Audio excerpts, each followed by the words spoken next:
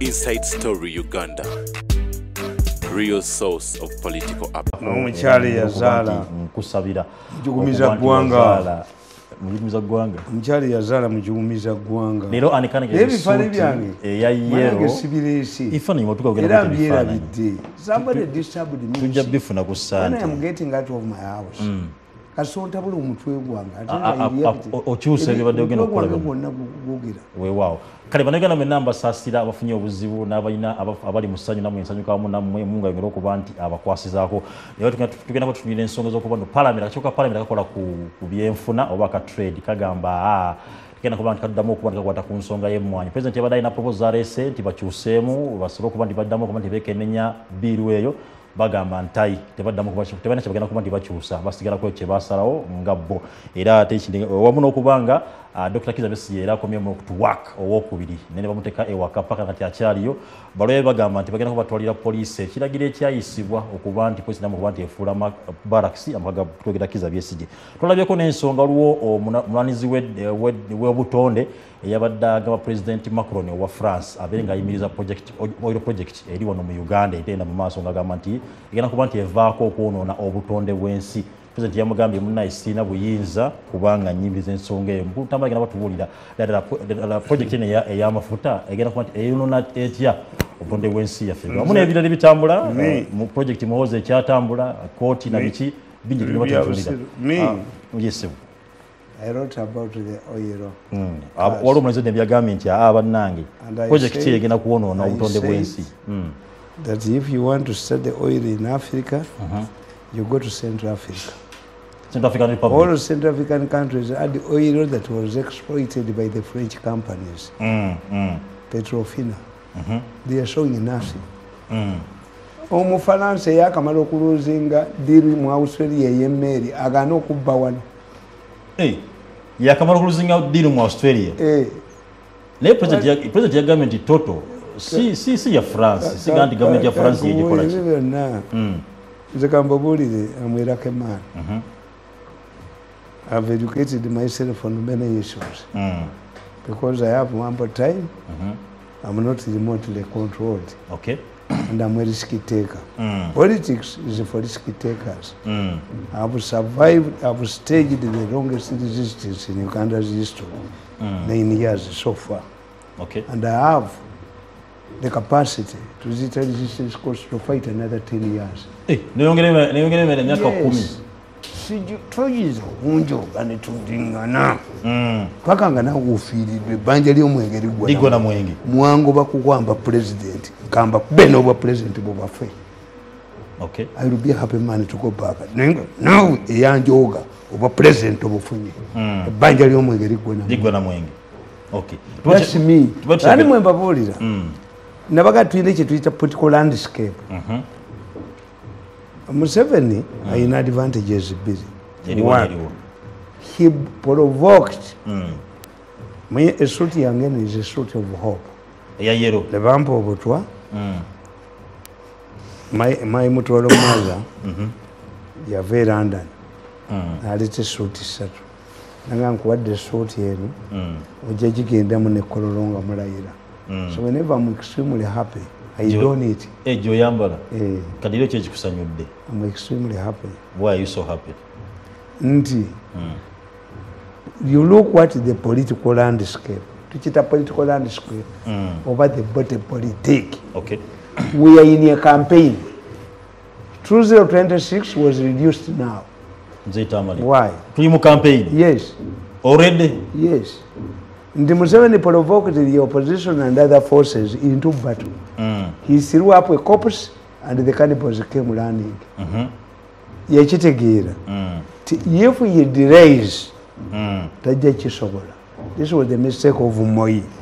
Moi, yaleta Uhuru Kenyatta ng'agenda, was defeated. Yamuleta late. Okay. Provoke these people into battle. Earlier enough. Yes. You know when you are still controlling the power. Okay. Never bakutegeera nti ogetu. Museveni najasala amagezi. Najjago 75-year cap. Yes. Which means kyenkugamba bulijjo. Ti bw'alabanga bino biremye. Akomawo. bwalaba bino Sandbenyetanga biganye. Yes. He can come back. Why are you confusing us? What you study him. Aina advantage.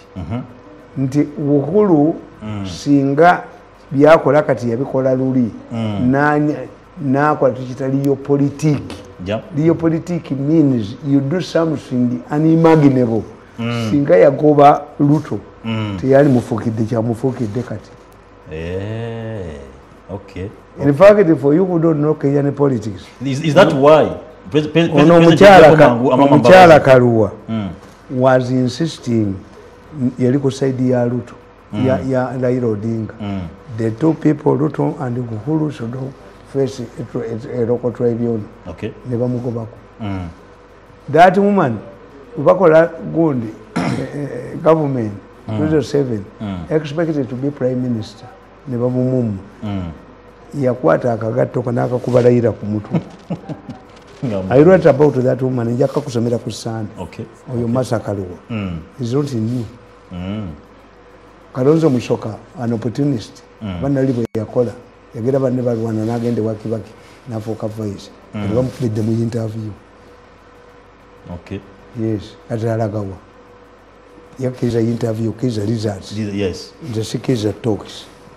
You will never need before anybody. A man will take you, a man will take good and take good. Okay. Kali. We look at the body politic. Is that why?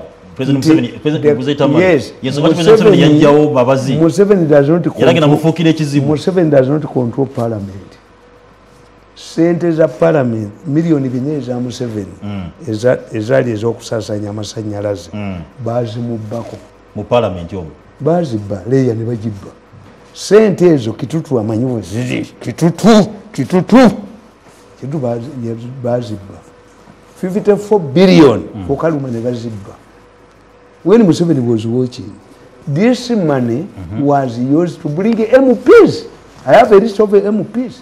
Sente ezo zagenda mu kalulu. Yes. Sineza bana Uganda. Zagenda. Zigenda kwa nziba ya bapolisi. Zaleta parliament si ya Museveni. Mzee Tamale. Parliament is si ya Museveni. Like 80% NRM. Nkugambye. Ate NRM ya President Museveni. Kyenkubuuza. Abantu abali mu Buganda bonna Baganda. Yes. Osanga omulaalo ku nsiko ng'alunda enti naye addayo wenga tayina. Ekizimu bazijje wa Mirundi. Tuyina ensubula y'amatoke twagiyitanga mwaga.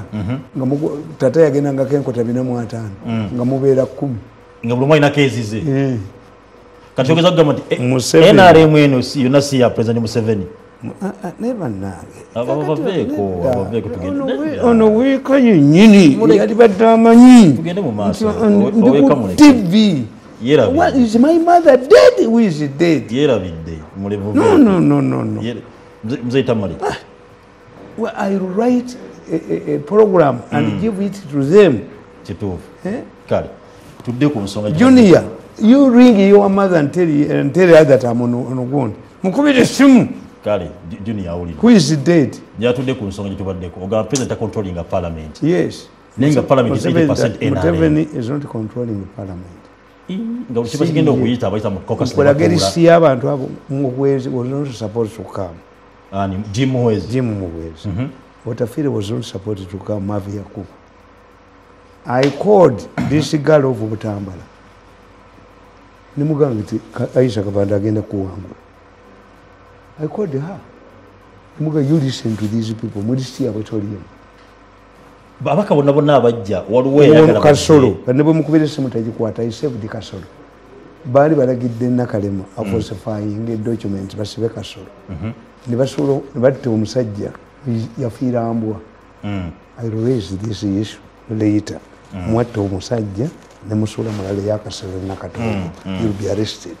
In future tujogoyula tumuyino jimulaga. A date may become a melody, but he never decayed. Kadaga was not supposed to come. Nivakwata musumba, nivakwata kajegere. Bila masimu agali wakajegere. Bila masimu nga batudde wakajegere. Naye gundi yayuthole yalagama musanga ensonga zivuddemu. Musumba. Somebody was saying I prefer working with the Northerners. Easterners are fools. Baganda cannot be used for business. Somebody was in charge of a government. So bino bino bene biriwe sawa abakabona abajja mu parliament bali bateketeke yatula ne president namwe ministries ngazi demanding. You cannot appease Hitler. Hitler was not appeasable. I was watching their meeting at Sheraton. Nange ngenda y'olweggulo. Nalabye ebivume byabadde mu meeting. Nenda baloya Abbas ngokube meeting gye mwabaddemu. Ebyuma byange bibakwata everywhere. Kakati nze abomba manyi. Nti look what the body politic. Museveni parliament yali asobola okuvuga yali yakadaga. Entagisobola. Kubanga look, as the SEC was going to organize a selection on an Elam candidate, among organized more than half, more than the two-thirds majority at Hotel Africana. Kakati nga toyina bw'omujjako. Oleda akulaze nti ali in charge. Kati SEC would Museveni risk a contrary candidate. No. Does among attribute as success kubagenda before second meeting over ku second meeting. You tell me, I'm a realist. To whom does among attribute as success? There was a pre-meeting in Hotel Africana that was attended by more than two-thirds the majority. It's called a parliament. Nga. Any contrary view, any contrary decision by SEC. Bagenda kutosobola ekikwate kyenyini ekyakadaga kyeyagoba ate yakifuna Museveni kubanga kadaga yalina power yalina influence but Museveni could not tolerate an independent speaker ate yamufuna speaker yo one other method kubanga ono amukuba mumanyi kendo soma akatabo kange nti the Lion and the Masai Warrior nakuga nti Masai Warrior empologoma agimanya ate tagitya tiyina kyegenda mukola ati investing along ego invested government agina bwati mu ngalo kakati whatever you see ne media let me tell you I was watching Kulaiji and I laughed. Kulaiji said nsumulula tusumulula usuna oyagala biyese yes the Baganda also have another proverb wolumira kuli ogenda okoza ngekikuli mu lubuto kirungi Kulaiji believes like any idealist. Kulaiji is an idealist. Not a realist. He's not a realist. Kulaiji believes that leaking this information is bad for him. Yeah, I thought it's not. Because he has ended up explaining nothing. This is, we have a process. There is a process of retiring. And these are not the first people to retire. To retire, yes. It may be containing very big names, but retirement. The problem is that this army has failed to transform itself into a professional army. Retirement, okay. But yes. At what? When do you die? You were born. You said. When do you die? Mungu yasinga okumanya. Yes. Nkubuulira nti ekibakozesa ebyo byonna batambulira mu vege zigizaga. In Kenya, the next army commander is known. Bamumanyi nti bw'obanga buli department nti Karanja yaliwe Air Force, Mwasese yali ava mu Marines, ono ebitongole byabwe babimanyi bulungi nti amalako emyaka emeka and you go. Why? A general, by the time you reach what's the role of a general? A general cannot overstay in the army. Every war prepares its generals. It's only Uganda which has the generals like Ebijanjalo. Swakolokov yakuba Saddam yakomawo. General Sheraton yakuba Yugoslavia yakomawo. Do you see them there? American generals? No. And have you ever seen an American general dying in combat? Generals. This is Africa. In Africa. Tikati amaje gaabwe gakiyekera In Kenya, if you remain at one rank for 3 years, it means the army does not need your services and you go. Yes. Some avoid going to training. Yes. That's the generation. But nakube mundu erugogo, najikuba katonga, najikuba ekikuba nimba, bawedewo. These machines, to the Russians, babakubya technology. Technology yabakuba. Do you believe the Russians want to hit populated areas? By in a sense, because some is it's science at play. The issue is, are we retiring generals for the first time? No. Has this man, general, answered the NFC? The issue is what? You are not saying we are not going to retire. But why do these newspapers leak? To say that Mohoz is consolidating himself by retiring those who would do what? Oppose him.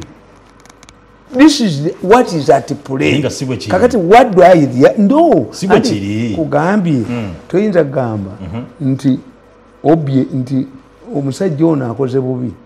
Kuyidi aduha asadde sente ye. Basadde akadda. Yidi aduha yali wodda. Ate akyalina okusaddaakira yakusala. Yes. Toyinza gamba.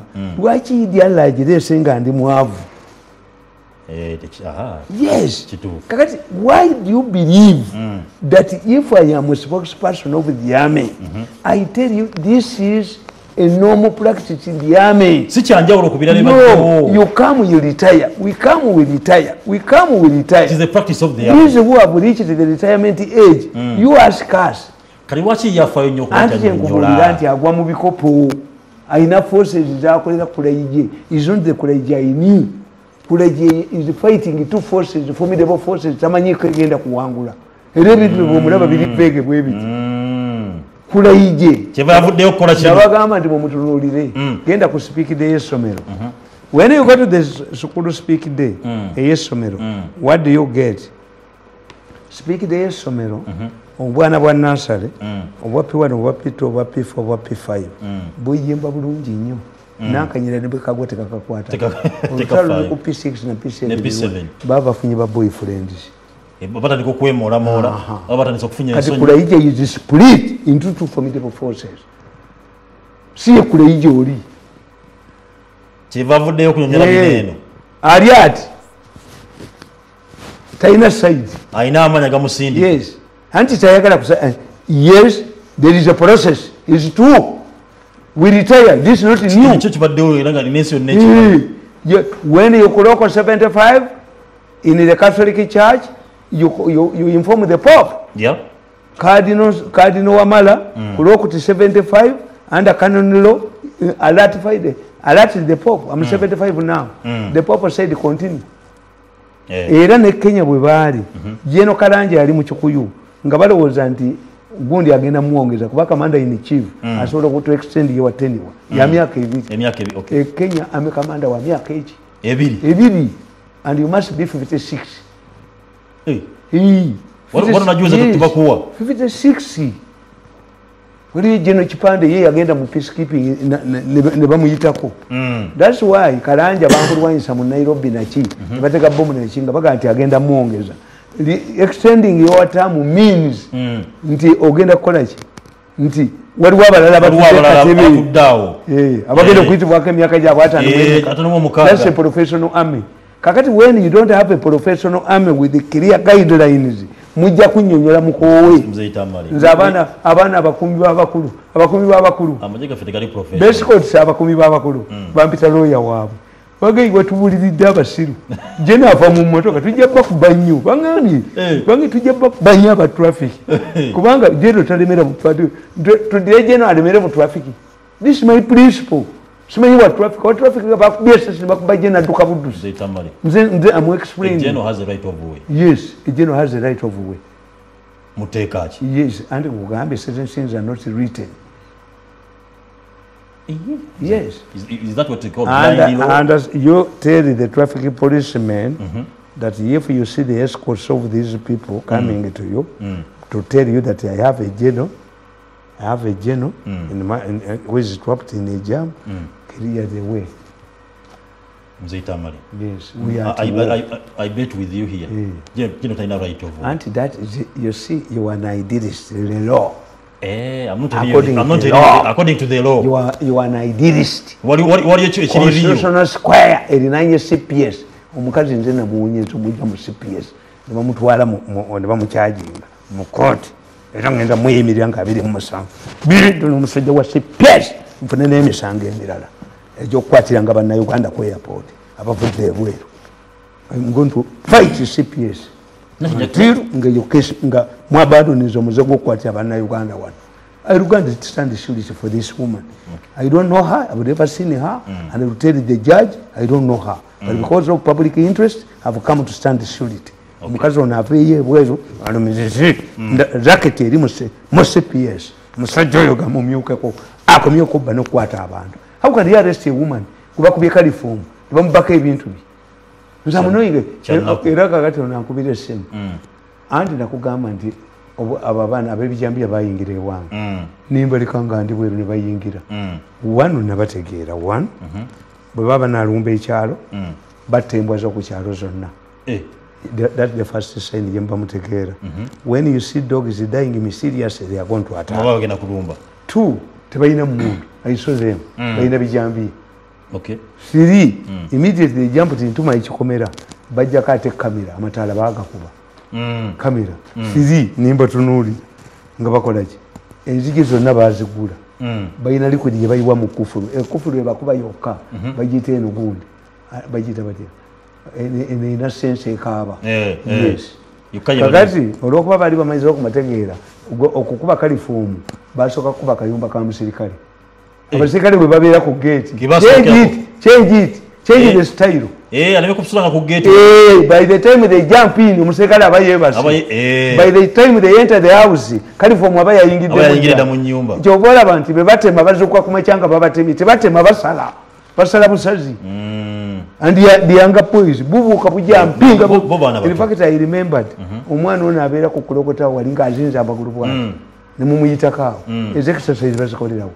I would have finished all of them. Nali bya musasi nembutta mwaliga nti amwikira abagwasa obwana olowooza nako ke kamukubbo anti kubuulya nti abaana abo bye bakola exercises ezo omwana yabuukanga enkima nava mu kikomera ate ne mu kikomera ekyaddako eyabayamba omukazi yali bweru ng'ali bweru kalifomu teyamukwata olubuto lwali lumuluma ng'ali mu mpewo. Don't sleep in the houses. Mukomangawo come back again. Mbatti maze okubuulira abantu mukomewo mbalageko luno mwawonyi nze nsula mu nyumba gwekipike mu kalifomu ogenda kunsangamu tobaamu nti gwepika enyumba kalifomu kozwangamba obeera bweru ne nze gwe kalifomu nti omunyiwe mu nyumba nga nze nsula mu nyumba anti kankubuulire omuntu yeebaka essaawa 6 tuyina kye tuyita induced sleep mirempeka zo weebaka essaawa 6 oba okuva ku ssaawa emu okukoma ku 6 emisana you will wake up the whole night. Bagenti otolotojja kiro no tuyina kye tuyita induced sleep nga nsobola okwebaka okuva ku ssaawa 11 n'ezukuka essaawa 5 omukaaga gwange nkumazeeyo ekiro mba ndaba yingiramu nkubalule balule naye n'omusirikale what my son told me is what this musirikale told me nti you see muzee never shoot somebody atayina kyeyeetisse mukyuse etteeka tujja bakuba mbwamala kwetikka these bijambiya people don't carry anything n'emmotoka tebagikwatako yadde akataala bo baali baagala kusala busazi bo batema butemi kakati how can I shoot you nga toyina nidda nja kubatta eryo etteeka lyemwe muli bwabasiru you enter my house you enter my eyo jurisdiction yange eyensi mukomewo mbuulidde abantu that argument ti you must shoot somebody or may aleme kutambula nidda ewange teririyo njaba kubambatte mukomewo kale mzee Tamale tumaze kutegeera tuli ku nsonga waliwo amateeka agali idyllic just Yes. bya bindoza Anti kakati nkubulire kyembadde nnyonnyola. semateeka ofi n'ekyo lwatu Yes. bwali A constitution remains a piece of paper. It's not an anchor, as Ben Chiboneka was saying. It's not a holy document. Nakuga nti Kurani ugikwata kumala kufuna wuzo. kituufu Constitution okulayira nayo ofuna wuzo. Waliwo ekiriwo. nedda Unless a constitution is a marriage ring. A constitution is remains a document, whether written in golden letters, unless it is implemented. Kakati constitutional square mwasortinga okuto constitutional day mwagikolera emyaka 9 azireka pregnancy ekwata tebatulugunya abantu wali babatulugunya yes nga etunudde constitutional square nga wiru we bagikweka. It must be enforced. You must have people to enforce the constitution, and you must have constitutionalism. ani alina okukola ekyo Anti nga mugimanyi the constitution is amended, and that's one.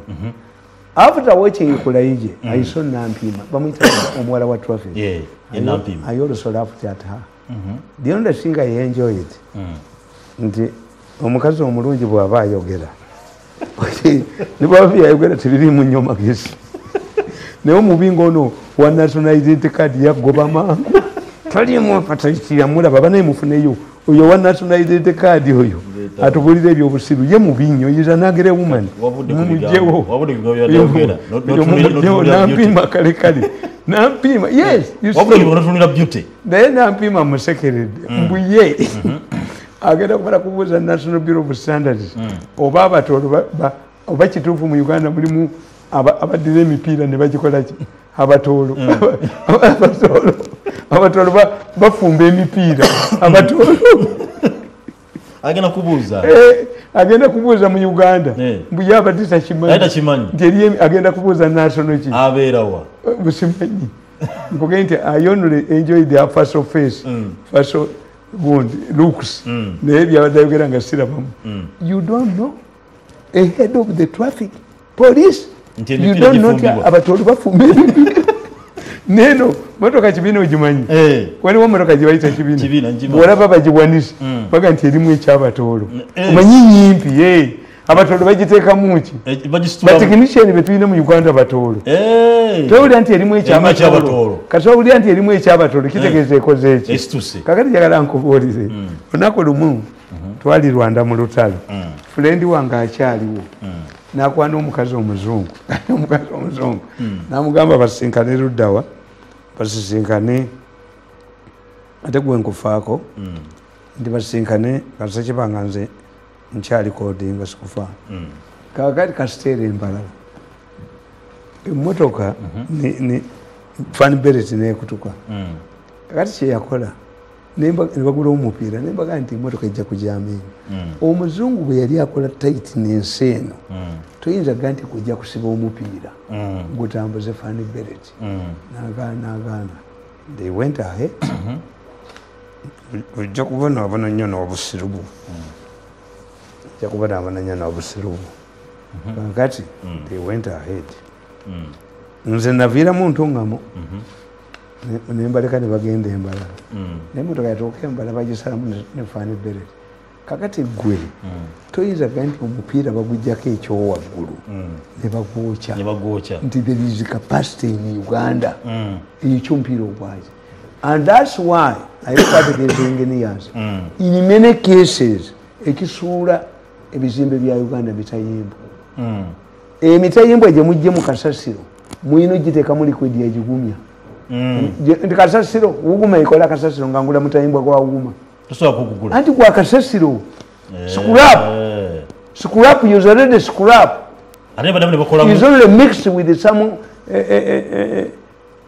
good metals FNH already is scrap kasasiro nga ngula nti omutayimbwa gwa kasasiro kyobola gibendinga the question is the type of is to get iron bars from kasasiro omanyi kibayita omutayimbwa abaganda baga nti omutayimbwa okuyimbwa okuwetebwa okuyimbwa kwe kuwetebwa omutayimbwa teguwetebwa okuyimbwa ekyo gye muweta gino gye tuweta n'emikono ndizati omutayimbwa then change something. Omuyimbwa. Omuyimbwa. Not omutayimbwa. Omuyimbwa. Those are your wound. Kakati, oyobu omuvaako. You come kukana akawala. That kawala is going to be arrested. Mwana wange, nze kambabulire. Akakatabo nkakuwadde ka mukozi. I'm having a new approach to these people. From Baganda Batugam, when you see your mother quarreling with your father, you don't intervene. Call the neighbors. By the Okubanga now Kuzara, you stay there with Bamala Kwekuba. We have a Kubatonyaka, or it about Mirando. By the Okubanga Banonia Kudaku, Gaboka stayed about Bamala Kwekuba. Lapia with Bamukwekuba. Yes. Whatever neighbor. Yes. Biafula, yali agala kwekuta ku Nigeria. Obasanjo yabaga gondi yabagamba chief awolo. Why these people, the Igbos, don't want in Nigeria? Do they want to eat food? Nebateekako embago. Emmere obutagenda luddawa mu Iboland. People started dying out of starvation. A BBC correspondent went to Iboland. Ne bamuwage bayita amasinya. Amasinya ngaga agessese. Yagedda n'awandika nti enjala ebatta balya biwuka. No, amasinya bagabwa mugenyi. Nze twagenda twagwa mu magye ga Rwanda. Ne tudduka okuyita mu National Park. I remember ku border bayitawo Lwamatungulu. Twayita mu National Park emisinde. Era nabaga nti tuli bameka nti bana. Nenkwata amayinja ana nembaga nti erigwa yasigala. Yes. Nekwata amayinja ana nembaga muri bameka tuli bana. Kutta amayinja aga. Tujja kutuuka ku border. Naye kasamulaba erigudde muri date. Kyeso waali. Ne bayisa mu National Park. Yes. Ne bayisa mu Kagera National Park nabaga muri bameka oli omwalonda ejjinja. Naye erigwa wansi yebafu. Kati tutuuka Lwamatungulu. Waliwo ka hotel. Lwamatungulu hotel. The man looked at us. N'ategeera n'aleeta omutwe gw'embuzi tebaguyita muki mugusa nga guliko obwoya bwabwo. I ate. Ate bano baagaana bagwenyenyala. Ne bagamba nti ffe Abaganda tetusobola kulaba entwe. Kati eventually we are told nti ogwo omugusa guli very respectable oba kyabakiga baguwa abantu bakulu. What I'm driving nti abantu bano bakuliramu malice. I'm no longer blaming these people. Malice is what they know. And I've been explaining that I'm not a tribalist. But the problem of Westerners is malice. Why? They don't believe in witchcraft. Baganda will do things which Banyankole cannot do. They do things which Muganda cannot do. Omuganda ate dogo. Bano tebalirina. Omwestana tamanyi dogo. Tikinesonga. Nenkutera nenkugula, nenkujoga nenkugula, nenkuniako nenkugula. Ebyo. That's why nze kasaba tuso kuba mukozi. In the same way. Nga nange bwe bankuba. Nabategedde. In 1985, batta bofisa bafeddemu mwenda ne babasuula enammanvu. We knew these were former mini soldiers. They are slaughtering households. Nammanvu. We knew who killed these federal men. Kuba babazikawa. Nammanvu. The Westerners have malice. And if you don't get a leader, a cool-headed man like Museveni, who puts his head in the refrigerator, mujja kufa mu bwewo. And the Baganda say, Kabaka tatta basakiriza. Those who give him wrong information, because security and wrong information. Security and wrong information. Tiroku, even Mwenda must be mesmerized. It's not amazing, it's not surprising, it's bigger, mesmerizing. If I can get a good English word, not shocking outward. Bakwata akawala ako. Nga bategedde nti bakakayalinze okuyimba ewafende muhozi. Bakakimirwako ekiro nga nkalaba. because I had stumbled on the information. Okay. Ne bakatwala okuyembe walala ekiro. Ne bakaga nti yogera nti babadde bakwata. But special forces, babadde bamukwata. Kakabukedde ne kakuba. Sebbo obunyanga kulubya. Sebbo obunyanga kabusenga. Sebbo nanjengo obunyanga kabusenga. Ndamwe mpolo. Omusajja omunene yabadde afunza bakayitana. Shiba yabadde amufundiza mu motoka. Ebya Shiba biranza. Nakone kajowe katinorutuno wako. Nubaleeta kakagombi akaina olutuno kalinga egundi. Biringanye yalema. Nubaleeta kano kamasanyalaze yinzo kandi katuni yafunye olubuto. Nubaleeta buno bwali bwogera kukunzi. Busosanyanze kunjerera. Busosanyanze nga they are aim is to implicate Muhoozi. Kubanga yabene special forces. I asked people. Nze siwulira oyo musajja wammwe waawa oyo wettaka simuwulira. Somebody told me simanyi akambira nimpobuuza. If women are running after us, do you believe that woman who strips herself naked can reject Muhoozi advance? Gayamwagati? That it requires akawala bakakwatira walala ate kagenda yo kakimanyi and that girl is going to be arrested. Is not mwenda. Bwenna bakubye timbayina kubyuma. The story has been withdrawn. Yasirise. Enanga n'olubuto luyali akalo enanga ye malwa. Enanga wa malwa. Ayogerera malwa. Ayogerera police. This kaga to face it out with mwenda. Is not mwenda. Somebody else will hide him. After performing at the party, Moses' party, that Kagal was removed at night by people and she went somewhere else where she acquiesced. Mupayori, arrest the idiot. Moyo wachinkutunulira. Nkwewo unyengeri gyolerezamu mwenda. Yes, may I fight malice?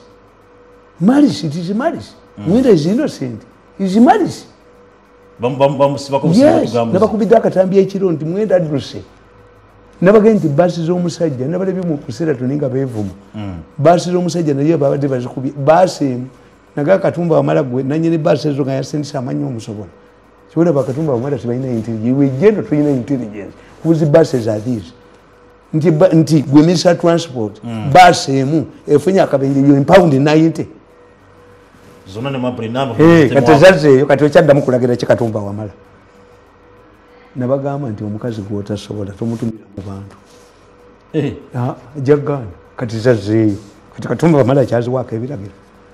First investigate. Who are the owners of these buses? Who are the owners? Who are these people? No, marriage. It is a marriage. It is a marriage. Is it a practice to import? Is it a mechanical problem? Zona zafunye ekizibu kyekimu. Ono yabadde akuba nannyini bbaasi. Ne tumwebaza naga yamukuba. Negundi yamukuba gundi abanuupu n'abagamba n'abawa Gasumba. Nimbaga nalabye eŋŋanda ku byuma byange namulabye eŋŋanda. Ŋŋanda yatudde naye n'amugamba jangu mwefudisi. Ŋŋanda n'adduka. Nimbaga nti mmwe mukimanyi nti omala has been lamenting. Has been lamenting. Temulina kimwamuwa. Kituufu. Gwe temukitegeera nti why is this man lamenting? Yategeera. You are going to arrest this man. Besigye. Kati Besigye yamunyiga. Amunyiga ng'ono akaaba. You have the guts to arrest you man. Kati okyafuna yo omala. Intelligence tubuuza. Every noise, every movement, every that must be purposeful. If you were Yiso and Yiso are Mary, I would know why is Omala making noise. He's preparing something. Body politic. We are looking at the body politic. The political landscape is yes. Uganda.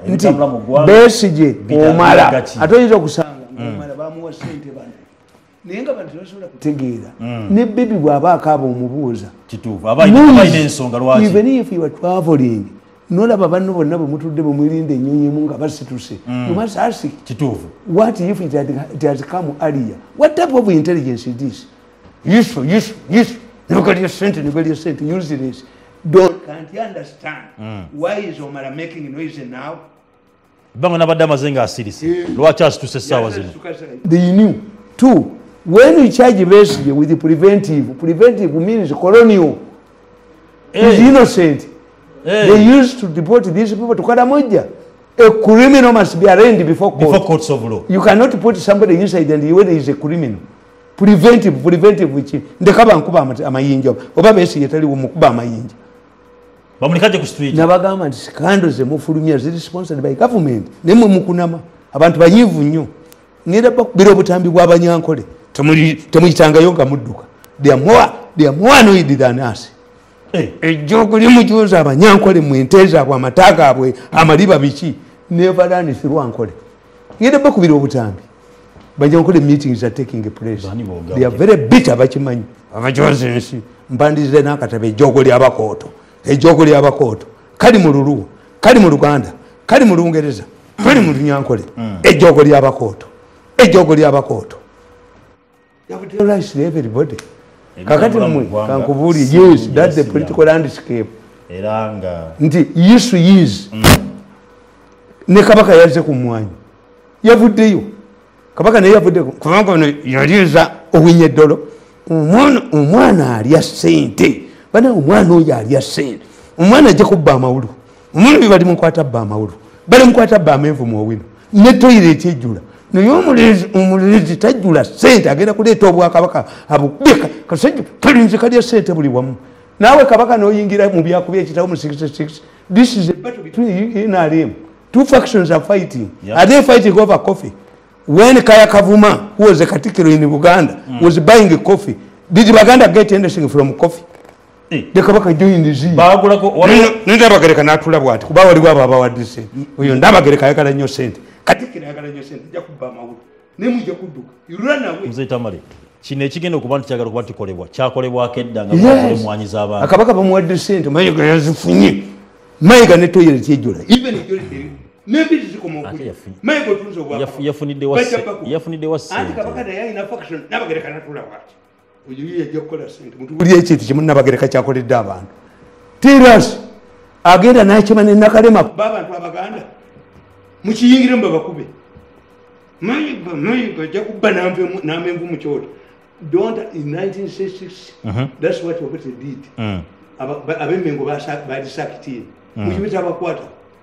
Two formidable groups are fighting in the government over succession. Ngambiyingira. Kusikirize mwanyi. Si mwanyi. Fighting over mwanyi. Kino si kya mwanyi. Si mwanyi. Spill over everywhere. When you touch a mwanyi, somebody exposes a dwali. A why? Tit for tat. It's a fair game.